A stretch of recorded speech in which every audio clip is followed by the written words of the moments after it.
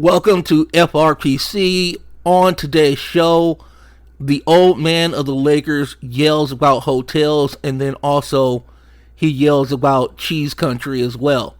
LeBron took a break from YouTube Golf Show and dropped a 0-star Yelp review on the entire city of Memphis, Tennessee, and then followed it up. He didn't hold anything back. He was like, any M city can get it. Any M city. And he was like, I'm talking about you, Milwaukee. So we'll break that down a little bit. We're also going to talk about the Charlotte Hornets, and they're quietly playing with flamethrowers down in the play-in bracket, and they are dropping threes like it's 2015, and we'll talk to you about that and why that is. And then the other thing, who do we have the most confidence in the lower part of the bracket, and who we think can do the most damage in the Eastern Conference? You guys stay tuned for that. We got plenty more to talk about, but before that, drop the beat.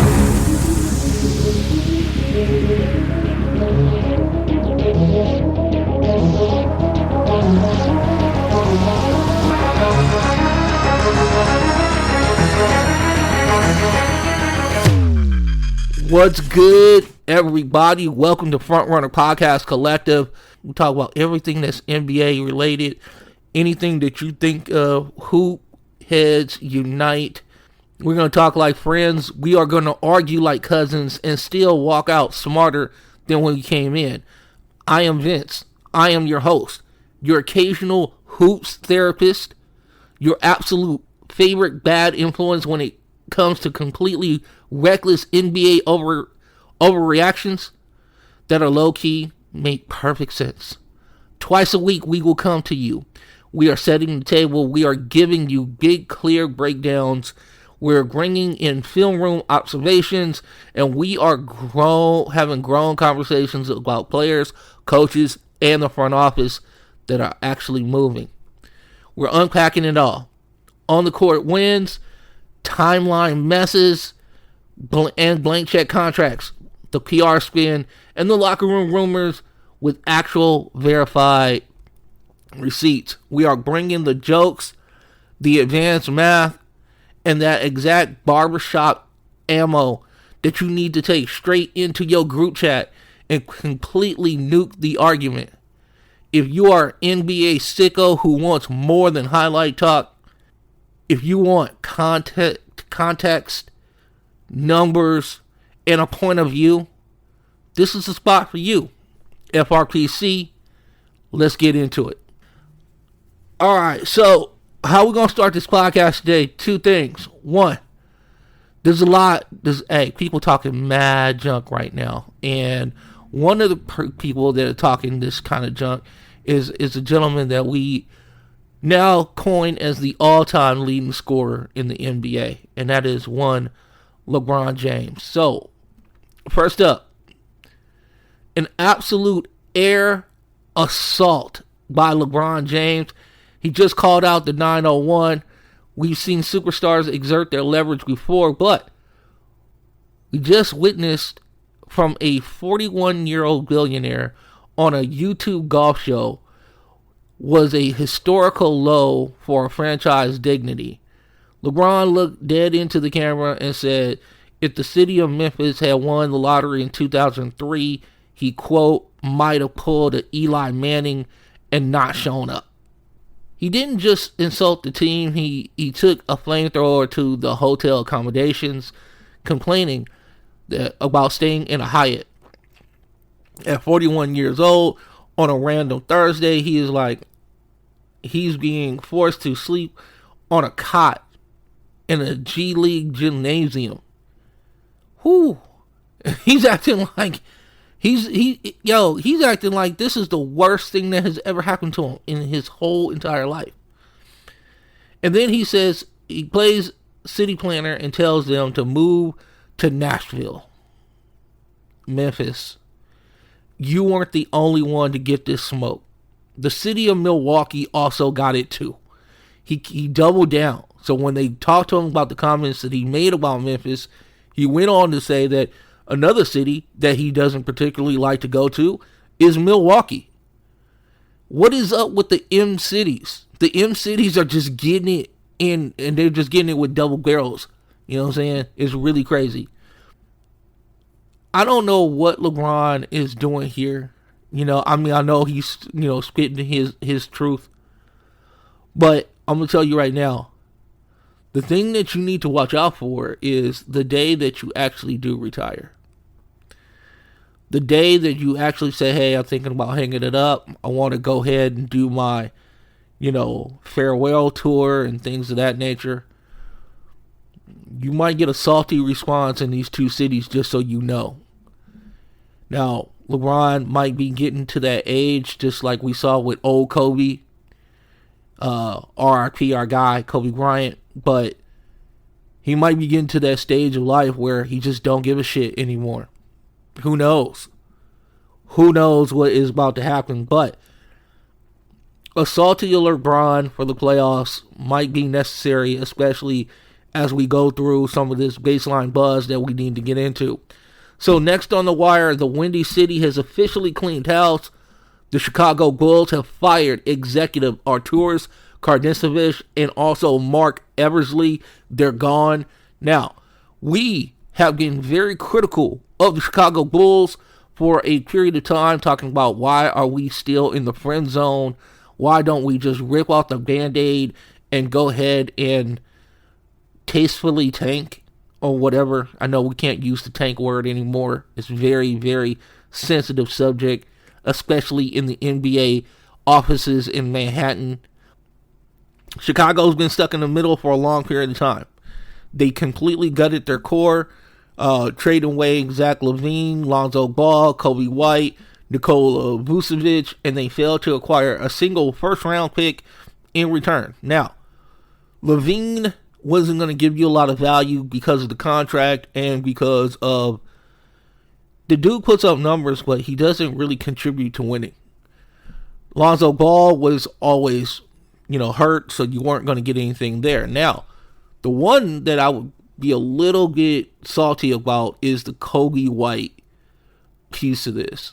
I don't understand why you couldn't get a first-round pick for Kobe White. And to go even further back, if you want to go further, because I got receipts, right? Chicago also traded our guy Alex Caruso to the Oklahoma City Thunder, and I said, how come they can't get a first-round pick for Alex Caruso and taking back Josh Giddey? They didn't get anything for that. Now, here's the other thing that supposedly was happening with this deal. They have gotten Rob Dillingham from the Minnesota Timberwolves and part of some of these transactions that they got. And they also got Jay Nivey. Now, Jay Nivey obviously has come under fire for his comments that he made via Instagram. He's been released after his social media meltdown last week. And CEO Michael Reinsdorf finally pulled the plug on that situation. Like, you ain't killing my money. You're not doing it. So the Bulls are hitting the reset button with $60 million of cap space and a head coach, Billy Donovan, who might be heading for the exit door next. So I'm gonna tell you right now, it's bad in Chicago, but I hope what they will find now is a player personnel guy who has a vision and can lead them in a direction of acquiring talent, either A, through the draft, or B, through trades and what have you, making the right free agent moves. You don't need to hit a home run with your free agency. What I'm asking for are singles and doubles at this point. You know what I'm saying? That's what we're looking for. We're looking for, can we find the diamonds in the rough? Can we find the guys who might be a little undervalued? Maybe they've been kind of buried by their bench or whatever the case may be, and we can find some guys that can really give you some asset potential. That is the thing that we're looking for in Chicago. For the Bulls fans out there, I mean, this has been a long time coming. You guys have had a string of front offices that you haven't been pleased with because they have not come with a actual direction, a actual kind of like, this is our blueprint to success. Some of this is at the doorstep of Michael Reinsdorf. We've been hard on him. We've been hard on his leadership as a governor of the Chicago Bulls, because I think what happens is that somebody gets in there, whether it's Karnisovas, Paxson, whoever. They start off a certain way. Okay, this is the way that we're going to get back to success. And then a year in, you get Michael Reinsdorf starting to tinker, starting to ask questions, starting to undermine your authority, and then now we're spinning our wheels again. My hope is that there is somebody with a pretty strong personality that can come in and make the right and appeal to his better side. Say, hey, listen, we're going to take a couple tough years. We're going to do it. But we'll come out better for it. And that's what you got to do. That's how you get better in the NBA.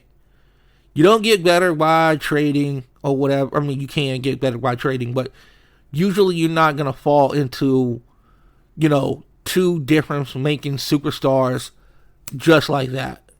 And here, the other thing is, do you have the assets to even pull that off? So there's a lot to do in Chicago, and we just hope that the right people are chosen, and then the actual ownership group can listen to who they put in those player personnel positions, and then allow them to do their job. That's the hope.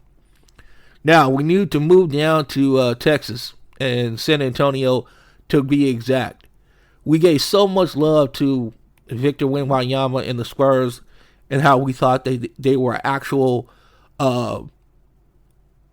competitor to the Oklahoma City Thunder, and that they could actually contend in the West to go to the NBA Finals. I still believe all of that, but we hit a snag because Victor Wembanyama left the game against the 76ers with a left rib contusion after a hard fall. Here's where the math gets fascinating. That Wemby went to the locker room but came back out to cross the 15-minute threshold before sitting and resting the rest of the game. Why?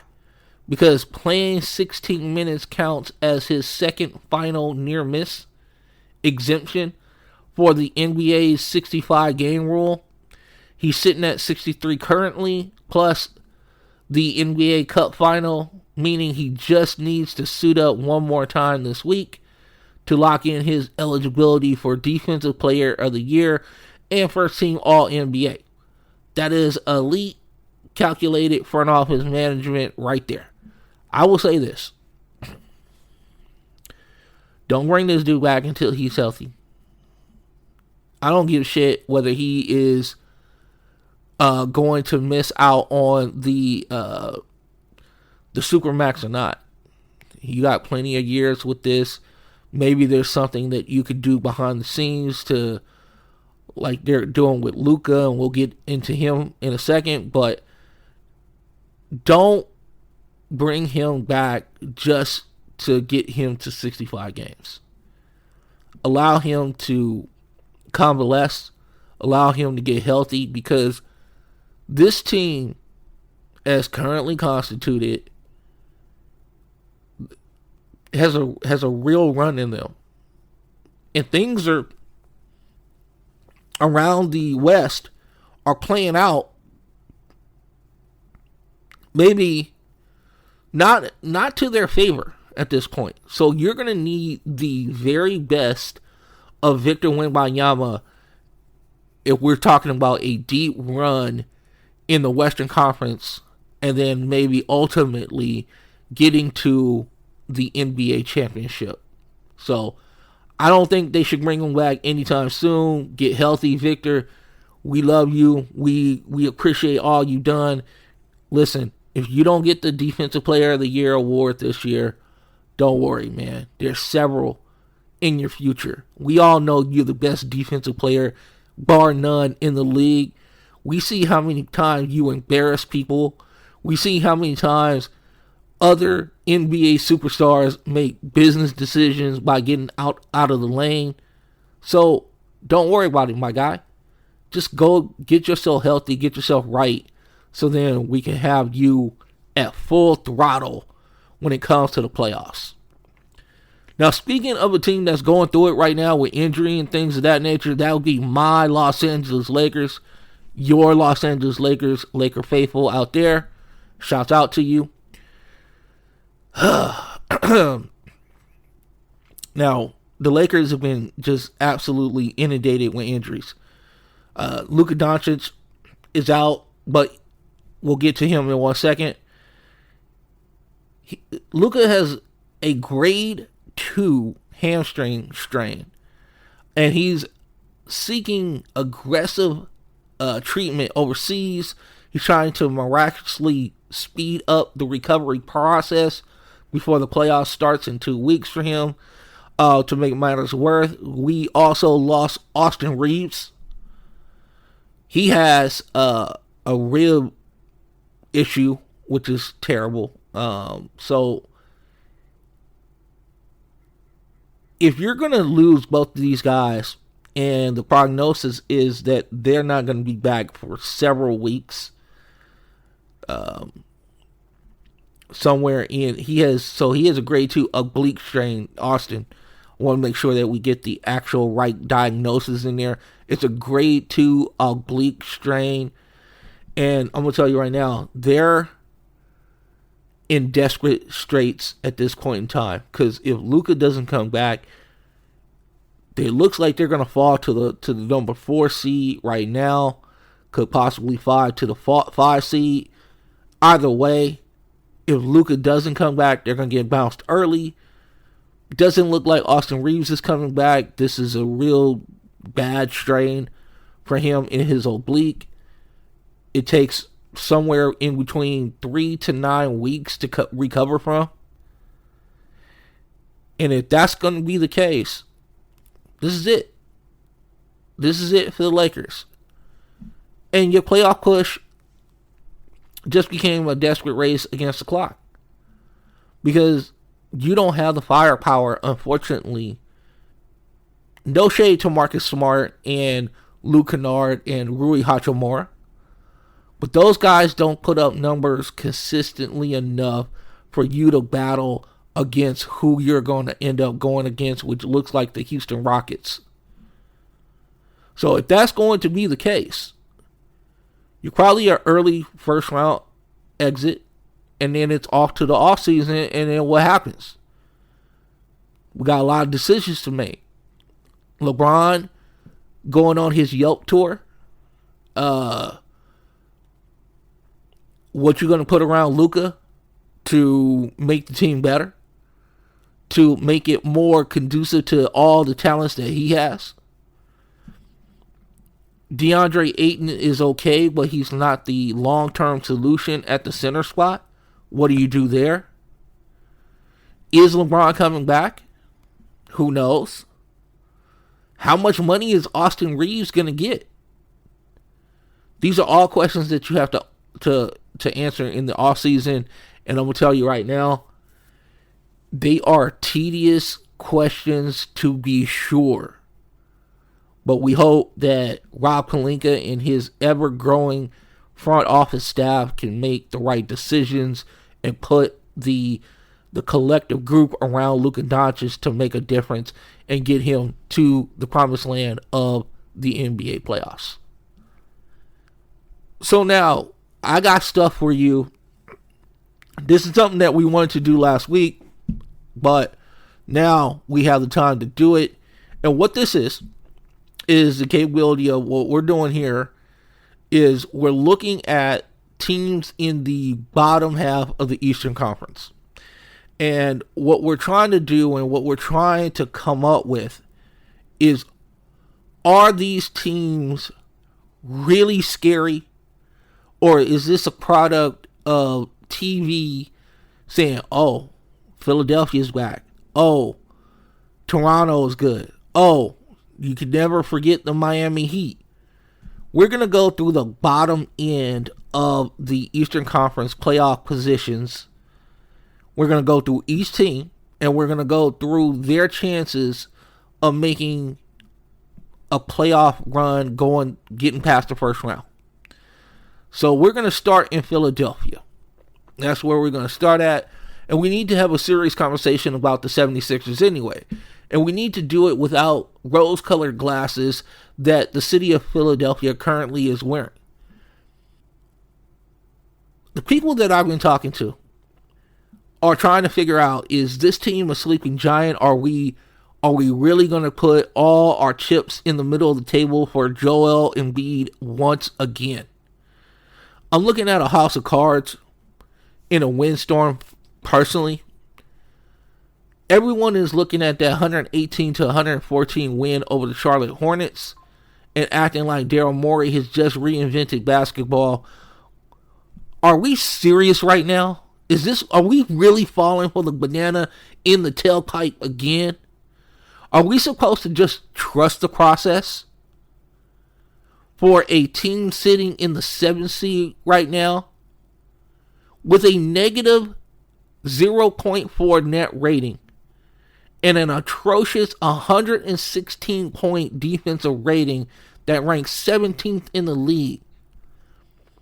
Now, the Philly fans are currently tearing their hair out over Jalen Hurts and what has dropped with the Eagles, demanding accountability and questioning leadership, but they are giving a massive pass to a basketball team that has been built on hypothetical potential for half a decade or even longer.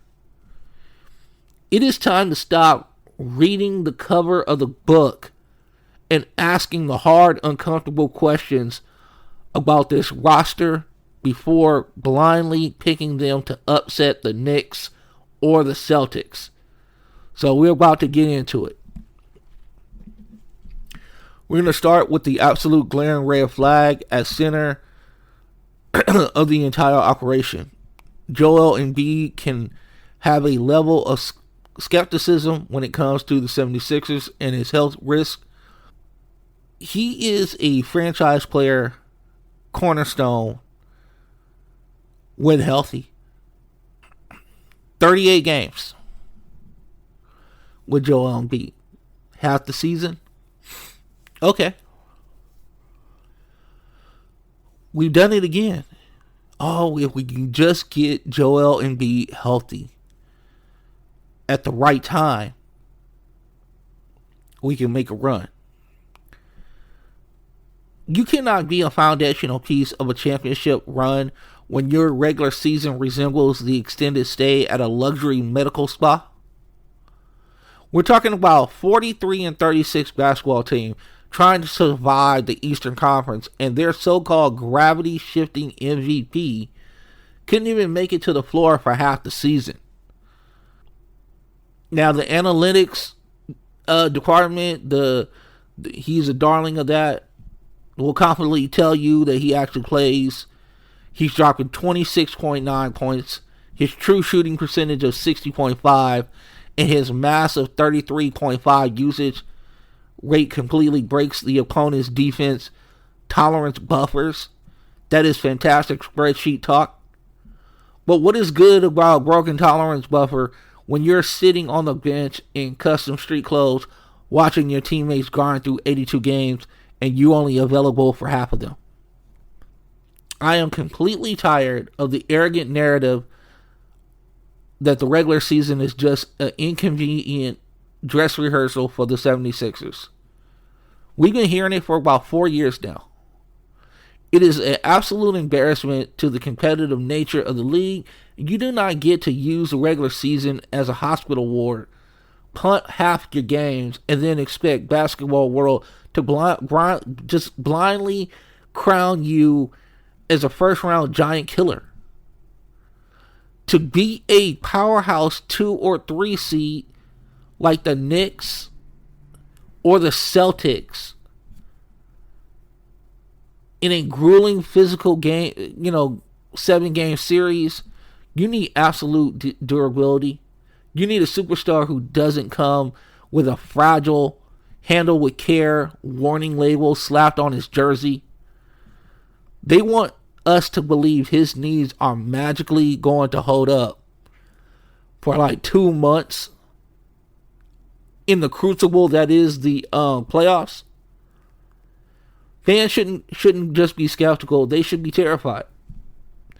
Bracing yourself for the inevitable heartbreaking injury update that derails your entire season again. Doesn't this sound like Charlie Brown trying to kick the football and Lucy pulling it away from him yet again? I'm just asking the question.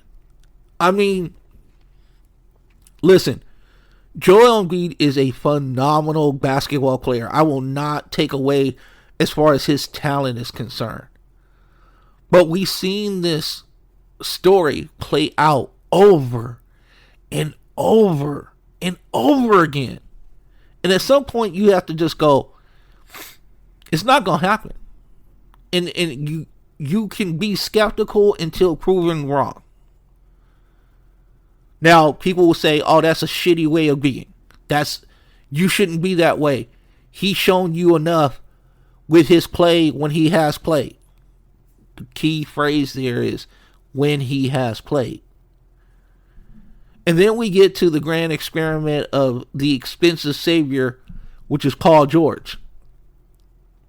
Paul George sat out for 25 games after substance abuse problem, but the protocols of the NBA drug abuse program failed that.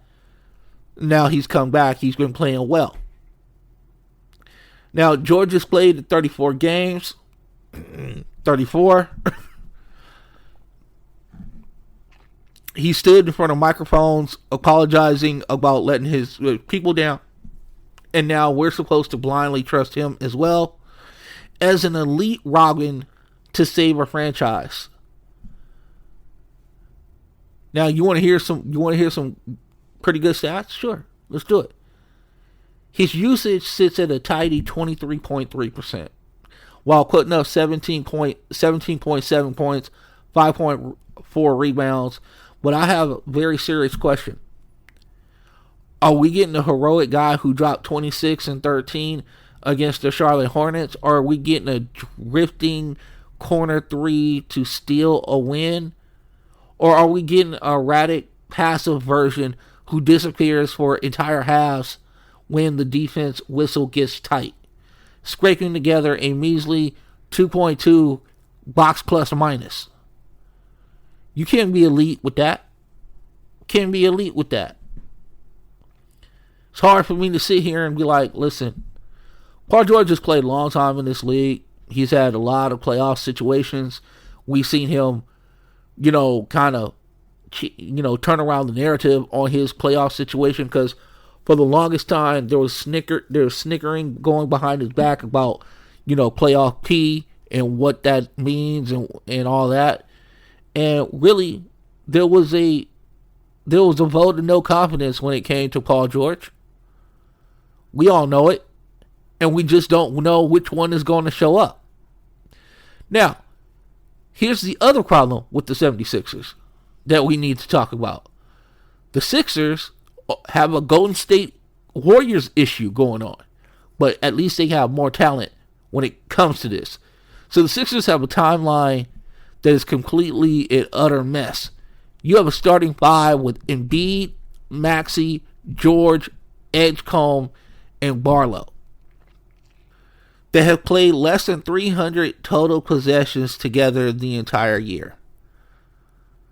Almost 2 years after Daryl Morey signed Paul George to this massive deal, we still do not know whose team it is when they are fully healthy.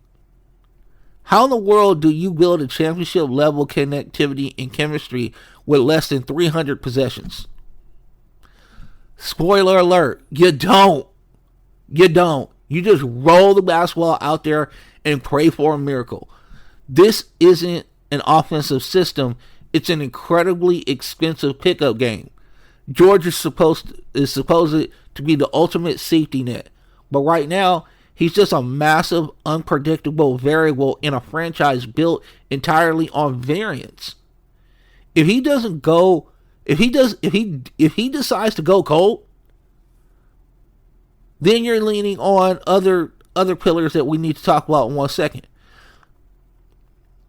Now, what happens if, for some reason, Joel Embiid and Paul George start feeling swagger, start feeling their, like, superstar oats? What does that mean for the rest of the team? Are you a stabilizer or are you a disruptor? This goes for both Joel Embiid and Paul George. Which one are you? Because here's the thing that I think everybody wants to talk about. We're going to shift gears to talk about the guy who really stirs the drinks in Philadelphia.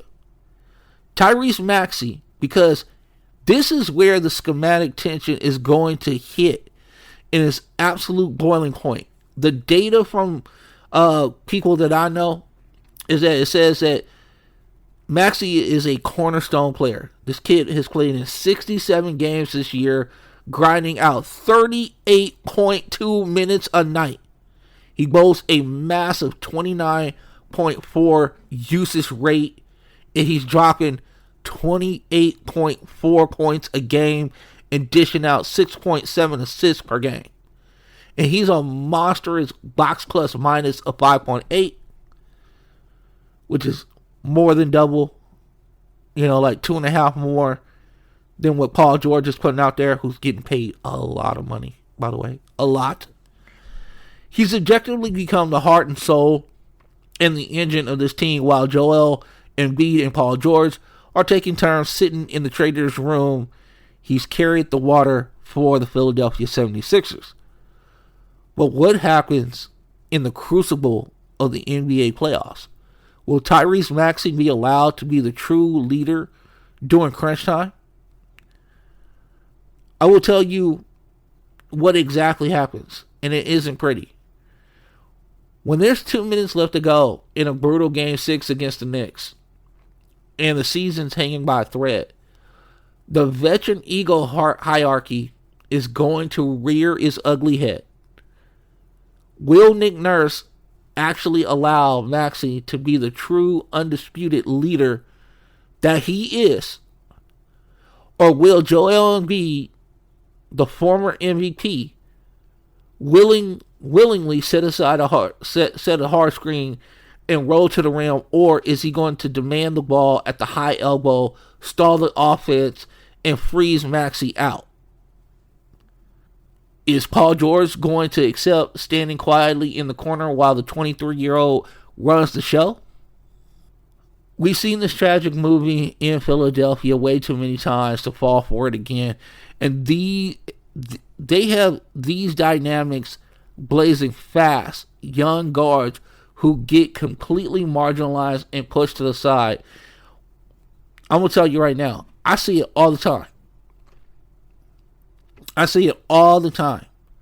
When Embiid is on the court, they play a completely different style. When Embiid is not playing, it's Maxey's show. When Embiid is in the game, the ball sticks to Embiid's hands. We get a slow down game, which, listen, in the playoffs, it is a half court game. But are we trusting Joel Embiid? When you have a guy who's played damn near 40 minutes a game, played most of the games this year, and has a box plus minus of 5.8. Or are we going to succumb to the money? Are we going to succumb to your $50 million veterans and get the young kids out of the way? Because the other thing is this. You also have VJ Edgecombe. And VJ Edgecombe is 20 years old. And he's continued to play like a seasoned grizzled veteran. My notes have it like this. Edgecombe had 10 assists against the Washington Wizards on April 1st. The Washington Wizards, congratulations, to the Sixers. You successfully carved up a 17-win lottery team. But here's the thing about this. VJ Edgecombe has played outstanding basketball, shown the athleticism, shown the defensive chops. He's done it all for the Philadelphia 76ers this year, for somebody who is nearly playing 35 minutes a night and giving you 16 points, 4 assists. But again, this dude right here is your future, along with Maxey. So does the future come now? Are we going to prioritize what is going to be a decade-long run with Maxey and VJ Edgecombe, or are we going to give the chance to possible glory? And when I say possible, I say that with a side eye for real. Possible glory of Joel Embiid and Paul George making one more magical run. It could be setting up for a recipe of disaster. And then you have calming agents like Kelly Oubre Jr. I mean, he can be a wild card. He can be a volatile asset. He can shoot you out of games in 5 minutes, but he can put you in games too. You also have Cameron Payne. Here's what I will say about all of this. The reality of the culture is trying to build in Philly is that the 76ers have to live with the mistakes of VJ Edgecombe.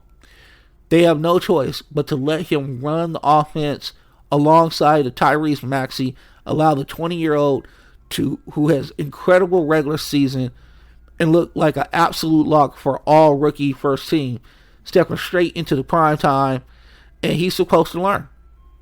He is supposed to learn. You don't get seasoned by sitting on the bench and showing off your tunnel fit. You don't make strides with taking mental notes and having mental reps in the playoffs. You get seasoned by experiencing the raw, unadulterated energy of the NBA playoffs when the whistle disappears and the rotation shrink. But let's take a step back and look at the bigger picture. Are we actually supposed to believe that the sheer amount of games missed by Joel Embiid and Paul George, leaving them less than 300 possessions together, combined with the drastic style play differences when Embiid is on the court versus when he is off the court, will just resolve itself? Or are we going to believe that the 76ers can magically find cohesion and then use it as a weapon against the upper echelon of the Eastern Conference? I don't buy it. I don't. You can't simulate playoff chemistry, and the Knicks or the Celtics are coming. If you ask me my opinion, the 76ers are not a sleeping giant. They're not a ticking time bomb of volatility on a big stage. The second they step onto the court at Madison Square Garden and run into a real connected playoff team, and say what you want about the Knicks, I think when the lights are bright, I think the Knicks are going to show up. I think the calming presence of Jalen Brunson. I think the fire that is Josh Hart. And you got to get something out of Mikal Bridges. But I think the 76ers are going to have a really nice vacation. 1, 2, 3 Cancun. Hate to say it, Philadelphia fans. I know it's tough to hear. I know this is not what you want. But I just can't sit here and go, oh, absolutely, Joel Embiid back. Everything's great. You're going to play this style of play that's conducive to the playoffs. And then we're going to really take the ball out of Tyrese Maxey's hands. in the playoffs with like 5 minutes to go, and the game's on the line. Yes, if you're thinking of Joel Embiid like 5 years ago, then I understand. But we can't live in 5 years ago. Tyrese Maxey is the here and now. VJ Edgecombe is today and the future. And those guys need to be represented. They need to be counted upon when the times get tough. Yes, it's not for this year, but it's for the years after. And it might be a take, or it might be a thought process that is uncomfortable for Philadelphia 76ers fans, but I know I speak the truth on this. I know what I'm talking about, because, yeah. Did y'all really think, I mean, he has played well this year when he has played. But did you really think to yourself, hey, this is what we should be doing? We should be putting our chips in the middle of the table for Joel Embiid. Sorry, can't do it. Now, let's move on to the Toronto Raptors. The Raptors remind me of a difficult, completely infuriating Sunday crossword puzzle. You stare at it for hours, but nothing makes sense. The pieces seem to fit together, but the second you figure out the one crucial word, the entire board suddenly falls into place. The Raptors are a team that has had a great season this year so far, especially compared to what this very podcast thought of them 6 months ago. But dragging themselves into April as a 6 seed or a 7 seed, they boast one of the top tier offenses. They rank 6th in the league, holding teams to 112 points per game. So their defense is stacked. I'm sorry, not the offense. Defense is stacked. Scotty Barnes is doing a thing. But the offense is sitting at 17. Scraping together 114.4 a night. Frankly, it feels generous when you watch them play. They go through these agonizing long stretches where their shooting just gets sucked into a complete and utter black hole. We have the data from trusted rival scouts and the tape breakdown of an executive that used to be in the league, and we're painting a picture that this team is squeezing blood from a stone. So let's open up the scouting files on a team that refuses to die. We're taking it to the 6 right now, boy. Let's go get it. Let's talk about the Toronto Raptors. To spearhead this team, we got Scotty Barnes. Is the only word written on the permanent ink. A rival scout identified as a chaotic hierarchy in Toronto, but Barnes is the absolute 1A cornerstone and the everything engine. Let's look at these numbers real quick. They're staggering. The kid is played in 76 games, all of them. He's playing a massive amount of minutes. His usage is 23.6, which is slightly below traditional numbers of a number one option. But his box plus minus is 3.9. It means that he is the entire system. He has supreme processing speed and pure junkie DNA. He's playing the point guard position in a power forward body. He's grabbing 7.5 rebounds a game. He's dishing nearly 6 assists. And he's doing it on a career high true shooting percentage of 57.3%. When Emmanuel quickly went down, it should have killed them, but Barnes stepped in, became that primary facilitation role, which is something that he's adept to anyway. 15 assists against the Orlando Magic not that long ago, but here is the tragic flaw. He's the most important non-center defender in the NBA. But he is surrounded by a broken spacing environment. And in the playoff series, a smart defense just going to shrink the floor on them. So we'll see how it all plays out. But Scotty Barnes is the truth. I love this kid. I don't know if he's the number one. I don't know. I wish I could say that. The shot is the thing that just holds him back. And if Scotty Barnes is carrying the load, you want to talk about a team that makes incredibly hard to generate turnovers, elite defense competition. Let's bring in Brandon Ingram. Right now, somebody that I trust in the league flagged him as an empty calorie risk. The math is brutal when it comes to him. He's played in 73 games this year, which is great. Because before this, he had never played in more than like 63. He's commanding 26.9% of the usage rate. He's taking all the bailout shots, getting you to 21.3 points a game a night, but his box plus minus is 0.1. 0.1. So he is almost break even. He's playing through a brutal heel injury, but if you are commanding 27% of the team's possessions in the playoffs, you have to tilt the floor. The math screams that he isn't. And then you have RJ Barrett. He's supposed to be the elite connector scorer, providing some brute force and some rim pressure. This team desperately needs that. But he's playing with a heavily wrapped shoulder. He's missed significant time playing only in 54 games.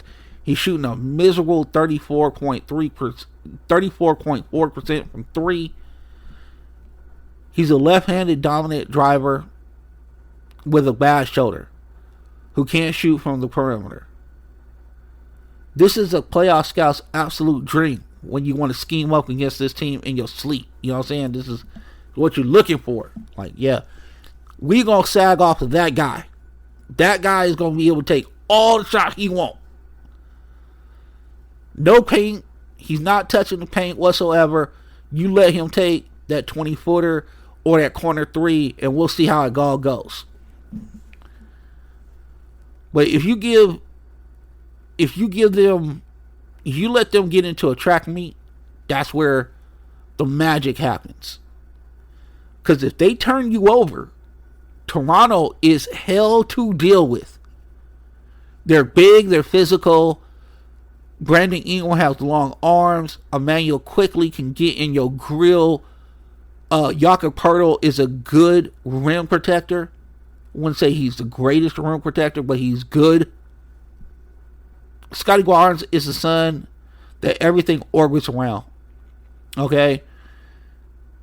He is going to get you in good positions to score the basketball. The problem is that I don't trust this team in the half court. And Brandon Ingram is still that guy who shoots a lot of mid-range jumpers. And yeah, RJ Barrett is grinding out 19.1 points a game, over 5 rebounds a game. But I'm telling you right now, I just don't see it. And now, the bench is where you get some love.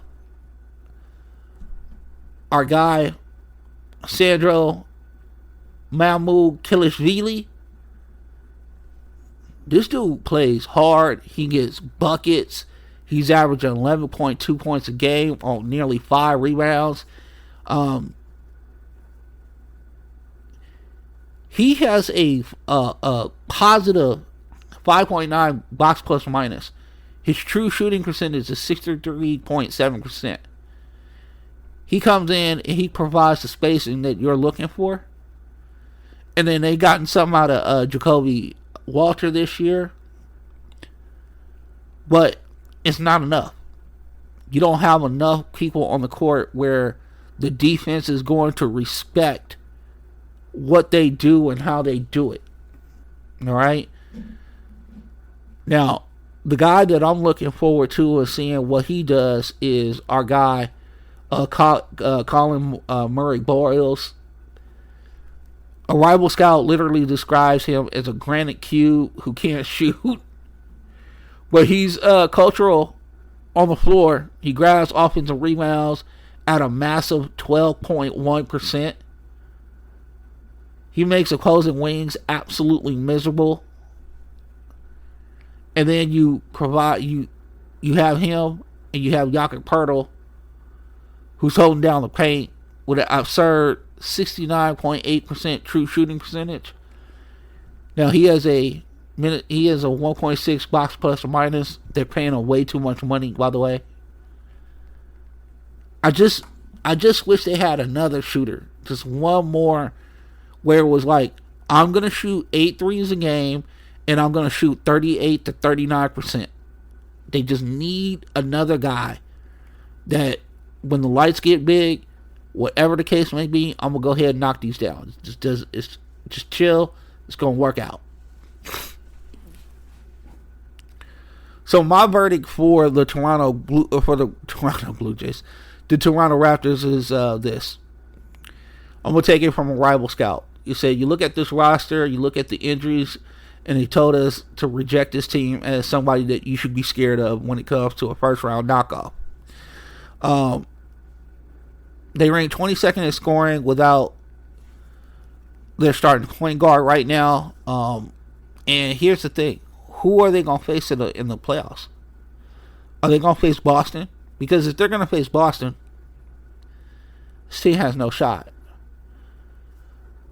Now, we can talk about spreadsheets and we can talk about numbers all day. We can talk about the sheer energy and grit of Scotty Barnes dragging them into this big stage. And they might not roll over in 5 games. And they might get lucky in one of these games. But their offense takes hiatuses seriously. And I just don't think they have the offensive firepower to be able to compete with a team like the Boston Celtics. So Toronto, it was a good run this year. It was a positive step, because I honestly didn't think that you were going to make the playoffs this year at the beginning of the season. So shame on me. I'll say it right now. But to really expect that you do anything in the playoffs right now is a little far-fetched. Now we need to move down to North Carolina. There's a lot going down in North Carolina. Have you guys heard that Michael Malone is the new head coach of the UNC Tar Heels? I cannot wait to see what that looks like. I cannot wait to see that curmudgeon on a college basketball floor. I just cannot wait to see it. That's a hard-nosed guy. I want to see how he deals with 18 and 19-year-old kids. It's going to be great. Now, we talked about fake contenders and we talked about mud wrestling teams dragging themselves into April. Now we need to talk about absolute nightmare scenario for every single top seed in the Eastern Conference. We need to talk about the ticking time bomb currently sitting in Charlotte, North Carolina, North Kakalaka. Because the Hornets are probably going to make it out of the play-in. If not the play-in, they might actually be the 6th seed, which would be terrible for the Knicks. Terrible. The data suggests that they absolutely will, and they're going to ruin somebody's spring at some point. Right now, they're sitting in the 8th seed under Charles Lee with a 43-36 record.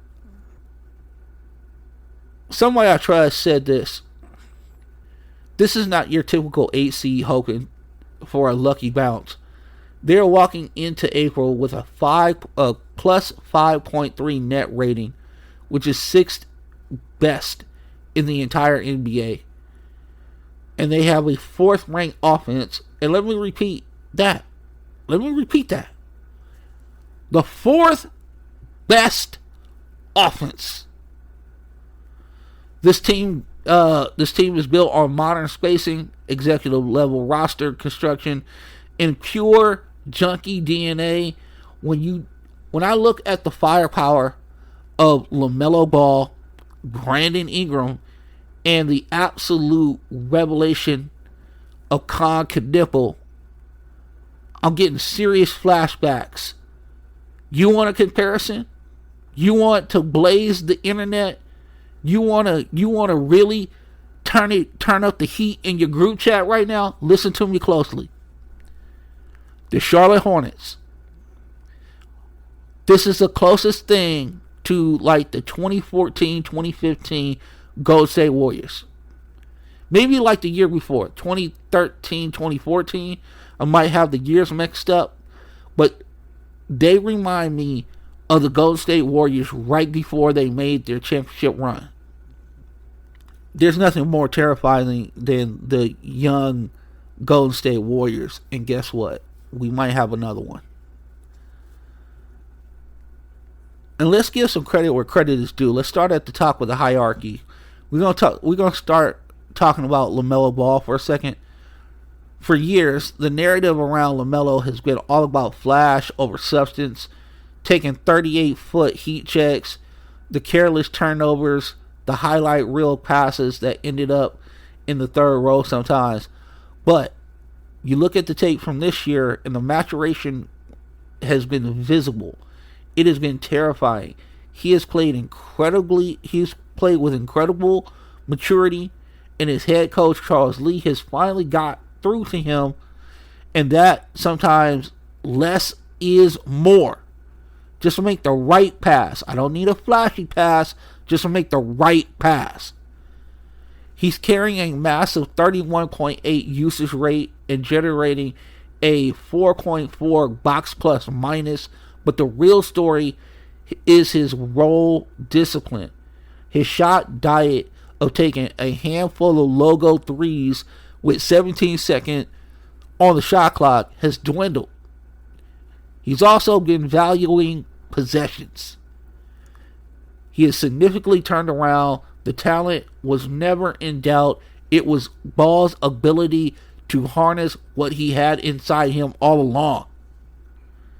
Kudos to LaMelo Ball doing what he needs to do. Now, the timeline will still treat him like a mixtape player, but he's operating like a surgical floor general right now.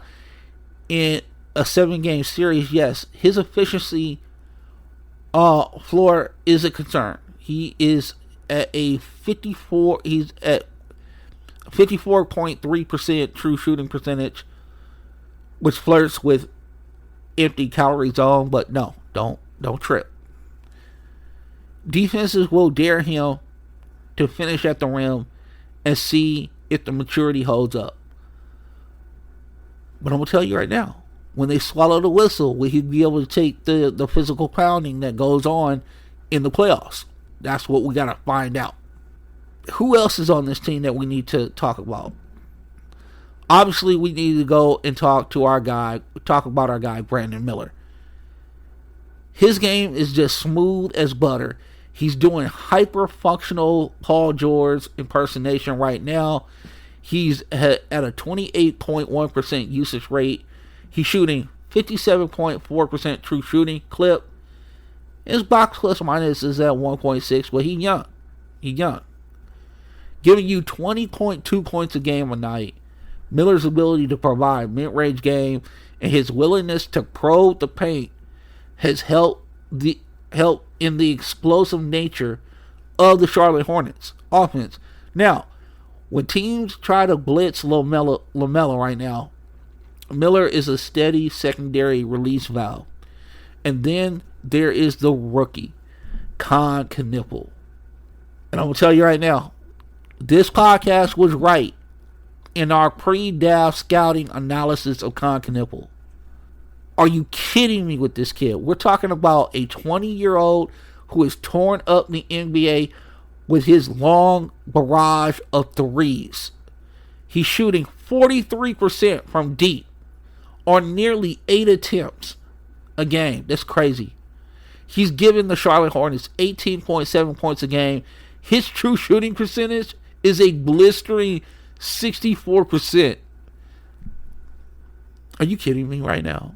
This kid is just incredible. What? 5th overall? That's what I'm talking about. A rival scout graded him as an elite connective spacing guy with a massive 3.1 box plus minus. By the way, 3.1 box plus minus for somebody 20 years old in his rookie year is incredible. He's leading the league in off-ball gravity as a rookie. It's a historic situation. He struggled of late, okay, because now you're really, people are honing in on you on the whiteboard. You're one of the top dudes when it comes to what's going on in the game plan situation with the defense. But I think he'll find his way. He's a tough kid. He can put it on the deck. You know, make really good decisions, wise decisions with the basketball. I love this kid. LaMelo runs a pick and roll. It is instantly 20% more effective because of Contender. The defender's physicality cannot leave him in the corner. It is Curry level spacing. Yes, playoff coaches are going to hunt him on defense, but the tape says he's not a turnstile. And before we give the final verdict on the Hornets, we have to look at the other key producers that provide depth for this team and give them some grit and show us what they're capable of. Now, the first person you got to talk about is Miles Bridges. Miles Bridges is a hybrid forward who's providing functional toughness with this roster that desperately needs it. He is 22.5% usage rate right now. Take a sip of coffee. He's providing 17.4 points a game. He is a physical bridge between the finesse of the guards and the grit of the interior. In the bench, one ex-executive flagged this unit is high trust. You talking about Kobe White. You have Musa Diabate grabbing nearly 9 boards a game and boasting a crazy 65.4 true shooting percentage because all he does is dunk the basketball. Musa Diabate is a guy who understands his role on this team. I am going to set hard picks and I am going to roll extremely hard to the basket. I am going to make that defender make a choice. You're not going to be able to sit there and hedge. You're not going to be able to sit there and kind of guard both with your center situation. You're going to have to make a decision because if you don't, Musa Diabate is going to be on top of that rim. And then you know what you say after that. Watch your head. Watch your head. He doesn't need the game. He doesn't need the ball to impact the game. He just provides pure rim pressure. And then you have Ryan Kalkbrenner, the rookie out of Creighton, providing functional length. And he's 1.5 blocks a game. What's up? And then you got short bursts of Sion James, bringing that ACC all defensive pedigree to the perimeter. This is a team that is deep, and more importantly, Charles Lee has made their mark on defense with his disciplined but love style of coaching. They play at a 97 pace, which is 27, which is one of the slowest in the league. They value possessions, and that is vital when we go into the playoff situation. So what happens when a ticking time bomb goes off in the playoffs? A front office contact stamp this roster approved for sure. This isn't a team hoping to sneak in. This is a team that's probably going to be close to 50 wins, masking a rating around as a playing squad due to its early season growing pains. They are the nightmare matchup for the Celtics or for the Knicks. They play slow, they protect the ball, and they shoot the three. And when the 3-point swarm hits, they can erase a 15-point deficit in like 3 minutes. No one wants to face the Hornets. No one wants to face them. And if you look at their swagger on the court right now, the Hornets are like the WWE character Penta. Cero Miedo, which means no fear. And if they make it out of the play-in tournament, mark my words, Buzz City is primed to completely ruin a Contender's April. Just let you know, I have a lot of faith in the Charlotte Hornets. I think they are going to be an absolute nightmare to play. I think a lot of people are going to be really interested when it finally comes down. I'll tell you another team who will be a little bit afraid of them too. Boston.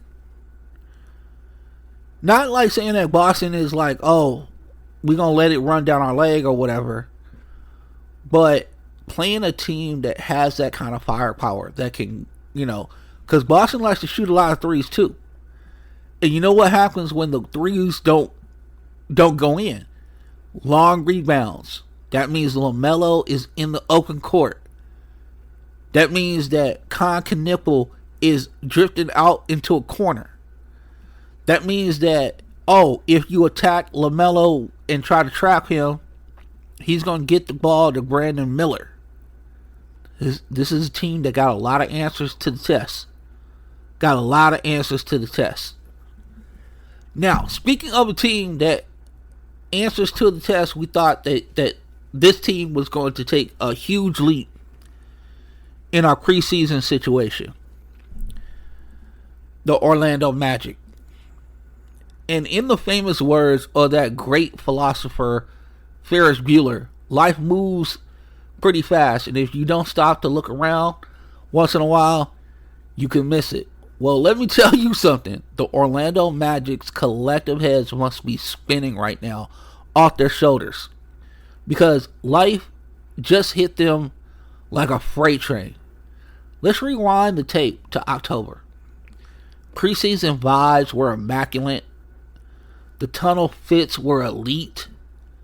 The culture was set. We all sat behind these microphones and handed their front office glowing platitudes for acquiring Desmond Bane. Sure, we gave them a slight side eye about the absolute king's ransom they shipped to Memphis to get him. But with Bane shooting and highly anticipated bounce back of Franz Wagner this year, and the steady climb of Anthony Black, and the return of Jalen Suggs, we were actually penciling in the Orlando Magic as a team that was going to host a first-round playoff series. I am one to say that I was wrong. We fast forward to today. They're limping into April, sitting at 43-36, barely clinging to the ninth seed in the East. The vibes are completely dead. Teams are going on 31-0 runs against them. 31-0. I said it. In a professional basketball game, no less. The shooting they paid a premium for did not advance enough to open up the paint. The leadership is completely fractured, and the locker room seems to be in a toxic state.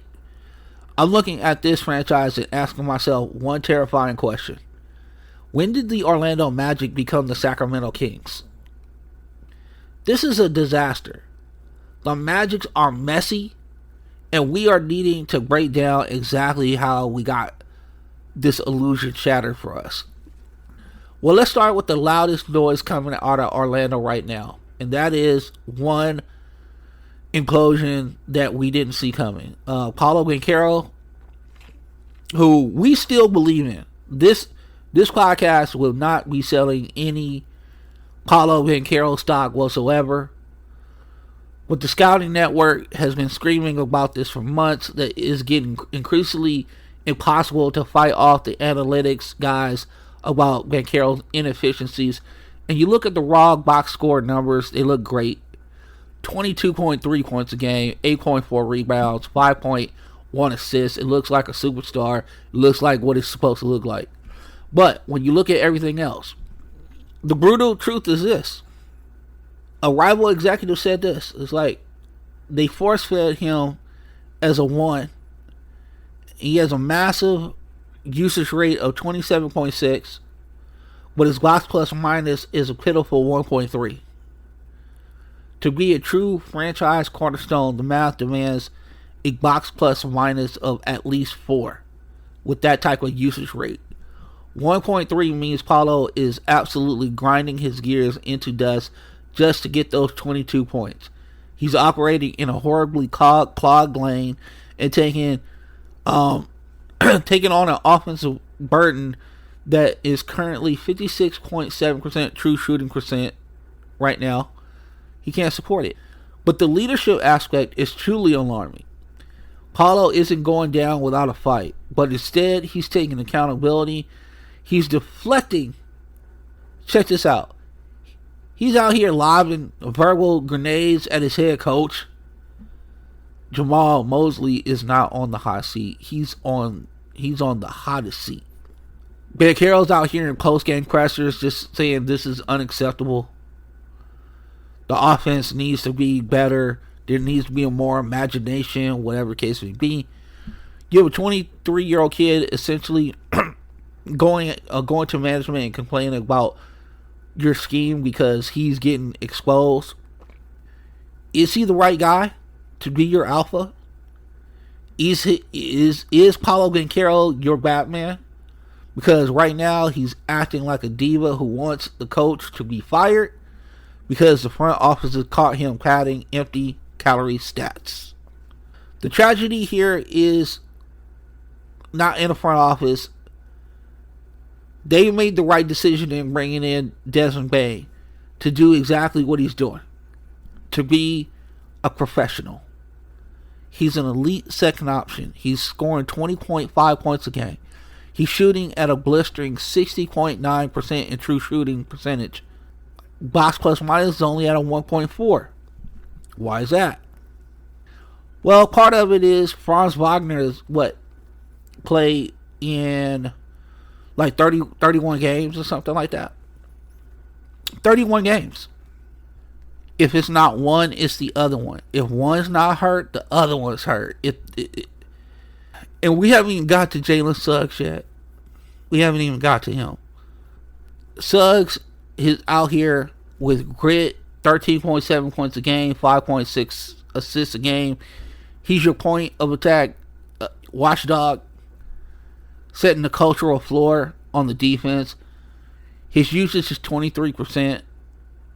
Way too many shots from a guy shooting 55.5 true shooting percentage. You haven't gotten nearly enough from Wendell Carter Jr.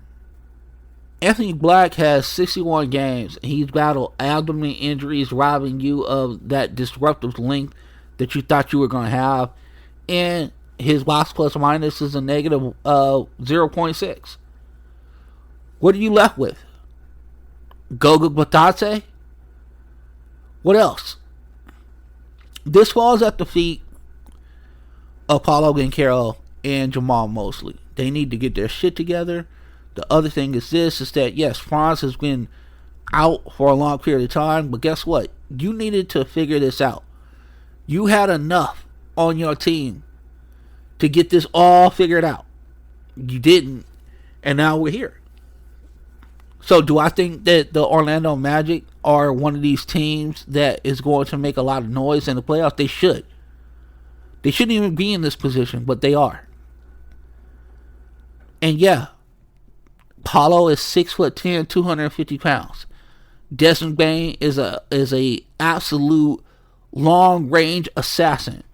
Jalen Suggs is an absolute animal when it comes to being on that defensive end of the ball and just absolutely annoying your point guard who's bringing the ball up.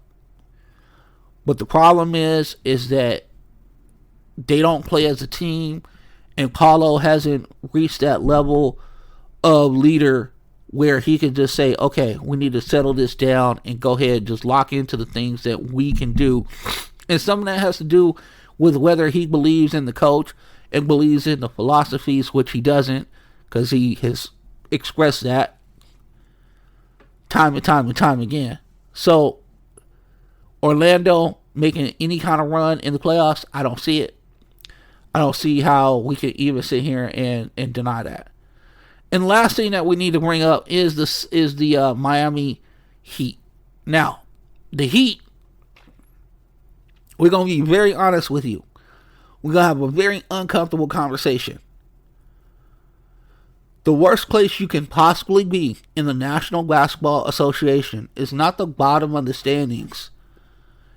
At least in the bottom of the standings, you have the chance at the lottery, and that brings you hope. The worst place you can be in the NBA is in purgatory. And what that means is that you're good enough to make the play-in, but you're not bad enough to make like the lottery. If you're good enough to make the play-in, you can't make that leap to the like that next level where you're like a 4 or 5 seed or whatever case may be, and you're just not getting the draft picks that you need to get to make a difference on your team. Now, as of right now, the Miami Heat are the mayors of purgatory. They've taken that title over from the Chicago Bulls, who are now bottoming out. Good job for Chicago. Now, is it commendable to be a bunch of absolute tryhards? Yes. Do I respect the fact that they have a generational, highly gifted head coach in Eric Spoelstra who can extract every single ounce of win equity out of his players' sales? Absolutely. Heat culture is real when it comes to effort. Will they play hard? Yes. Will they frustrate their opponents? Yes. But there's only so much Eric Spoelstra can do when you look down the bench and you realize you don't have a true number one option. The ghost of Jimmy Butler is gone. The safety net is gone. And you're left with a 41-37 basketball team sitting in 10th place. And yeah, you're about to be in the play-in again. Well, let's talk about their big three. Norman Powell, Tyler Hero, and Bam Adebayo. We have a roster built entirely on Robins, and nobody's wearing that Batman cape. Norman Powell is having a phenomenal scoring season. He's dropping 22.1 points a game with a massive 27.1 usage rate, and he has an elite 61.1% true shooting percentage. This dude has really stepped up his game in the last couple of years. Norman Powell, I don't know. Scholars need to do studies on him. There need to be scientists that check this dude out, because he was like 14 points a game, and he was like a really good six-man. Now he's just put 2 years together where he is literally a legit number 2 option. You know, I don't know what that actually means, because we're looking at a bunch of number 2 or number 3 options. And then you have our guy, speaking of number 2 options, or supposed number 2 options, Tyler Hero easily clears the efficiency thresholds to be a high-end stabilizer. 60.5% true shooting percentage. He's giving you 21 points a game. He provides spacing. But here's the thing. His defense, not great. No bueno. And then you got the heart of the team, Bam Adebayo. Let's be honest, Bam, ourselves today, Bam Adebayo would fit great as a number 3 option next to a flame-throwing wing and an elite guard. He grabs 10 rebounds a game. He facilitates. He anchors the defense.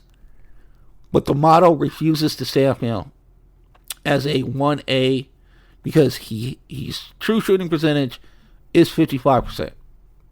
How is this team sitting in 10th in the East with a positive 2.2 net rating? How are they scoring 120.8 points a game a night, which is second most points in the NBA? They're running this offense that doesn't rely on pick and roll. There's a lot of movement, fast pace.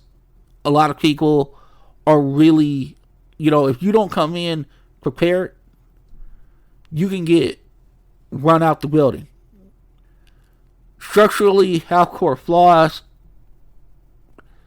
You got Davion Mitchell. You know what I'm saying? I like Davion Mitchell if he was a backup. He shouldn't be starting for you. Sorry. He brings toughness. He brings grit. He's dishing out 6.5 assists. But that negative 0.9 box plus minus lets you know what the hell is up. We need to provide some real situations going on. You have Andrew Wiggins, you have Jaime Jaquez Jr. They are connective wings. Wiggins is giving you 15.6 points a game and a 1.5 box plus minus. My guy Jaime Jaquez is chipping in with 15 points a game. They are nice, solid pieces. But they're not difference makers on that wing. Now, the one blue chip that you got, and you still need to extract all of what you can out of him, is Kel'el Ware. Kel'el Ware, his key statistic is that his interior depth that he has 22 minutes a night. He's bolstering a 61.3% true shooting percentage. He's grabbing 9.1 rebounds. He's providing just steady play in that center position. But Nikola Jovic is a miss. He has a negative 3.5 box plus minus. He has a miserable true shooting percentage of 48%. You just don't have enough in Miami. There's not enough. On the high end, the dudes who are producing the most points, they're not easy looks, and it's not like people are really like on them. They have to run this offense that is movement, just perpetual movement, and they're looking for the best shot, what have you. But what happens when the offense or when the defense says enough of this, and we want to put the ball in this person's hand and say, hey, if you can beat us, fine. If that's Davion Mitchell, that's not going to happen. Andrew Wiggins is definitely a guy who can have some connective tissue. But if you're saying, hey, go ahead and take 18, 19 shots a game, he's not your guy. Jaime Jaquez Jr., I love him a lot. He went to UCLA. You know how I feel about UCLA. My whole thing is this, is that if he has to take 15, 16, 17 shots a game, the defense is winning. He's not a high volume scorer. There's really nobody on your team except for Tyler Hero, and then he will not be as effective as he currently is with a smaller role than he has, because they do have a bunch of dudes that can score. They need better talent, and that's what it all comes down to. So, do I think they have a chance of really like pushing the team to like a game 7? No. I think if they played the Boston Celtics or somebody like that, they get their doors blown off of. If you play the Pistons, you can't out-tough the Pistons. I know Miami Heat plays tough brand of basketball, but that Detroit team plays a scary tough brand of basketball. So I think the teams that I would be like the most like, okay, this team, Charlotte, I'm with them. And it all depends in Philadelphia which team is going to be allowed to play. Are we banking on Joel Embiid, or are we going to use Joel Embiid as a second option?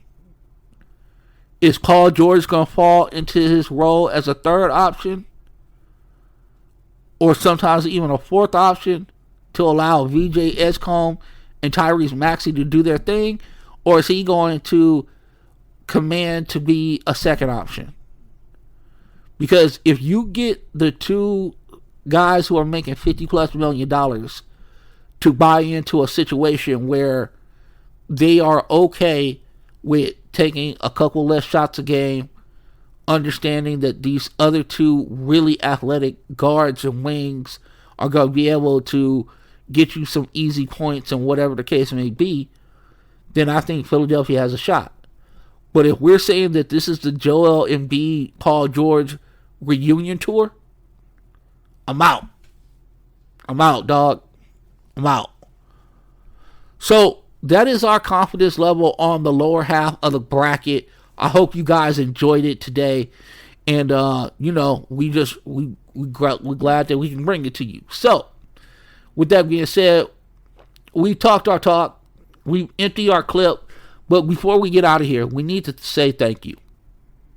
We know there's a million Hoops podcasts clogging up your feed right now.